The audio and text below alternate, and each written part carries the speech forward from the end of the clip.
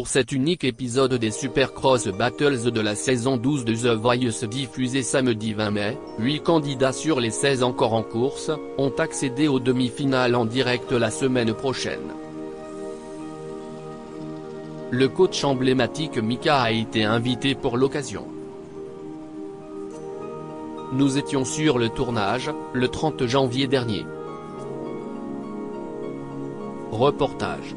Les Supercross Battles inaugurés l'année dernière à la place de la traditionnelle épreuve des cas. Ont de nouveau offert une belle surprise aux fans du télécrochet. En effet, elle signait le retour de Mika, coach emblématique de The Voice, qui a officié pendant 6 saisons, de 2014, victoire de Kenji Girac, à 2019, victoire de Whitney Marin, et lors de l'édition anniversaire des 10 ans du télécrochet, The Voice All Stars en 2021. Le rôle éphémère du chanteur franco-syrio-libano-américain n'avait rien à voir avec celui du 5e coach caché, endossé par Nolwenn Leroy l'an dernier. Il a pu ainsi voter à chaque duel pour son candidat préféré et son vote a pesé pour 10% contre 90% incombé aux 217 votants du public en plateau. Nikos Aliagas, The Voice, suivez votre cœur. Lundi 30 janvier, 14h00. Nous prenons place sur des banquettes, à l'arrière des talents des 4 coachs. Dans le public, un groupe de copines débarque de Lyon et ne boude pas son plaisir de découvrir l'envers du décor. Parmi elles, Amandine, 32 ans, fan inconditionnelle de Vianney, est heureuse de se retrouver assise juste derrière sa team. Elina, 25 ans, affiche pour sa part son soutien aux petits nouveaux, Big Flo et Oli. Les deux équipes sont justement installées côte à côte, c'est bien tombé mais c'est le hasard, explique-t-elle. Les Toulousains déboulent en premier sur l'immense plateau de TF1. Nikos Aliagas, le taulier, semble avoir lui aussi choisi son camp. Ils font la joie de cette nouvelle saison, lance-t-il à la cantonade avant de saluer tous les talents et de conseiller les 217 personnes composant le public et disposant d'un boîtier pour voter. Vous allez faire partie de l'émission avec vos votes. Suivez votre cœur, votre instinct et ce qui vous semble être le plus juste possible. Ne regardez pas ce que tape votre voisin. The Voice, Mika accueilli dans la bonne humeur. Ces derniers viennent d'être vérifiés avec un huissier. Les coachs se mettent en place dans une bonne humeur non feinte. Zazie danse avec Flo, Nikos Aliagas filme le plateau, Oli se demande si la team publique est en forme, avant d'improviser un duo hispanique avec Nikos. Je reprends les plus grands titres de Nana Mouskouri tous les vendredis soirs aux Argonautes, plaisante l'animateur. Comme à chaque tournage, chacun a sorti ses plus belles tenues. Nikos se gausse de la large veste blanche de Zazie, tu veux un café ? Une private joke qu'il décide d'expliquer plus tard dans l'après-midi. Flo a fait tomber une tasse de café sur la veste blanche de Zazie juste avant d'enregistrer. Elle a été nettoyée car Zazie n'en avait qu'une.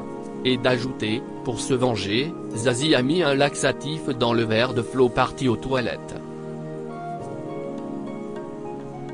À l'arrivée de Mika, c'est festival et chacun y va de sa petite phrase sur la tenue du 5e coach. Vous avez vu les clous dans le jean de Mika ?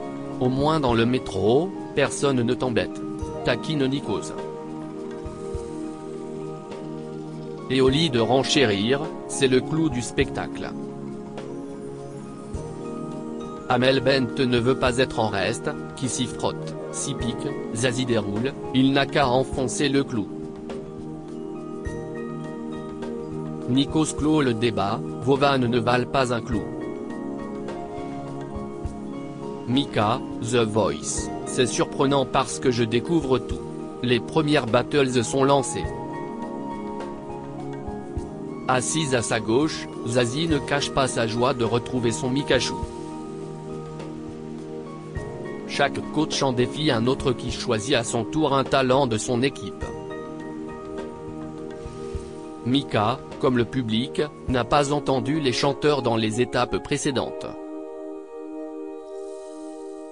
Il n'a même rien voulu savoir de ce qui s'était passé.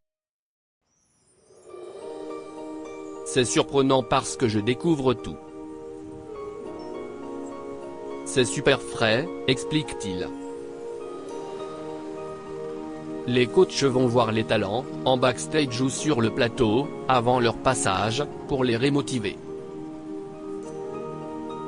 Mika, qui a bien du mal à faire fonctionner sa télécommande au début des battles, fait semblant de se faire soudoyer par les coachs qui voudraient récupérer son vote. J'accepte l'échec et le cash. En réalité, l'interprète de Grace Kelly prend son rôle très au sérieux et du temps pour voter. Il n'hésite pas à encourager les talents. Tu as une telle maîtrise vocale, tu auras toujours un job, tu gagneras ta vie en chantant. Lance T-il à un candidat malheureux de ne pas accéder à la demi-finale en direct. Ça fait très longtemps que je n'ai pas pensé ça dans The Voice, mais prépare-toi, ta vie va changer, prophétise T-il à un autre qui se sélectionne in extremis avec 51,3% des voix. A-t-il seulement conscience que pour ce duel, comme pour d'autres, ses choix feront pencher la balance? Mika étonné des choix du public de The Voice. Pendant la pause, Vianney signe des autographes. Amandine est ravie et saute sur l'occasion pour repartir avec le précieux sésame. Mika sirote un jus de tomate et démonte le pupitre. Il se demande si tout est ok jusque-là pour les équipes de production. Mathieu Grelier, le producteur, rassure l'ancien coach, c'est comme si tu étais à la maison, tout va bien. Les battles s'enchaînent avec son lot de surprises et d'émotions. Alors qu'il n'a pas réussi à qualifier l'une des candidates, Mika pense que le choix du public est assez étonnant. Ses performances provoquent des choses différentes. Et c'est ça qu'on aime. Nikos savonne entre deux prestations.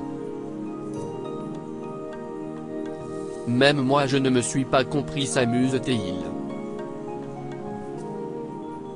Après chaque battle, une voix dans le public se fait entendre et hurle le décompte de plus en plus fort. Il finit par se faire remarquer du jury et notamment d'Amel qui s'en amuse. Pour le dernier duel, le cinquième coach a beaucoup de mal à se décider.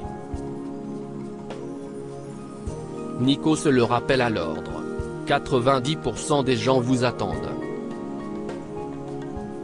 Il faut dire qu'il est presque 20 h et que tout le monde commence à fatiguer.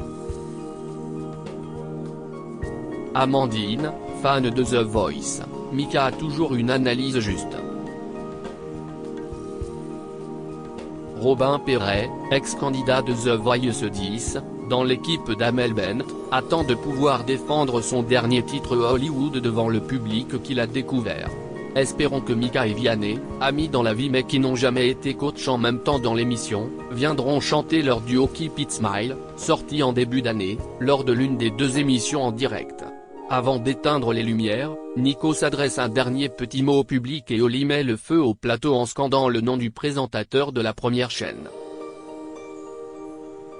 Amandine et ses copines sont ravies de leur soirée. J'étais contente que Mika soit là parce qu'il a l'expérience du métier, il a toujours une analyse juste même sans avoir vécu les étapes précédentes, confie la Lyonnaise. Début mai, elle réussit à obtenir des jours de repos pour revenir dans le public lors des deux émissions en direct. On a été tiré au sort pour la demi-finale et on croise les doigts pour la finale désormais. À lire aussi, pas vu à la télé dans The Voice, Aurélien dévoile la blague qu'il a faite à Mika après sa victoire contre l'Humaine NAE.